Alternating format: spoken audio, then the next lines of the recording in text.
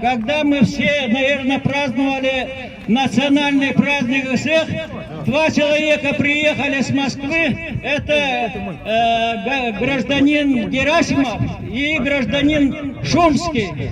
В течение 20 минут провели общее собрание акционеров «Якутгазпром» и, значит, ликвидировали совет директоров «Якутгазпрома» и назначили 9 человек, избрали своих людей. Наверное, многие из вас и не знают, что 28 октября 2008 года, оказывается, председателем совета директоров у нас Якутгазпрома был избран гражданин Ивантер Дмитрий, гражданин, имеющий вид на жительство, то есть иностранный гражданин. А на самом деле, Якутгазпром, имеющий более 150 миллиардов кубометров природного газа, это стратегическое предприятие для обеспечения обороны страны и безопасности государства.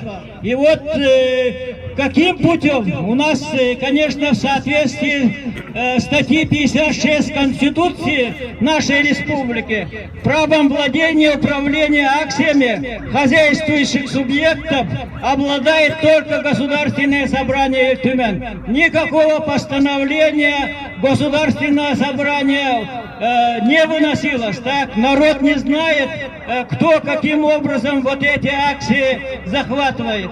И в результате, надо сказать, захватившие рейдерским путем аппарат управления Якутгазпром, наш же газ продают нам.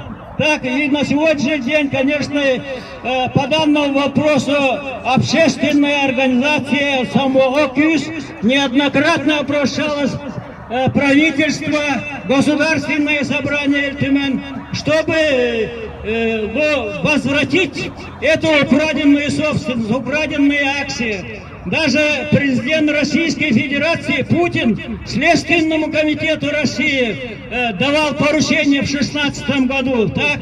И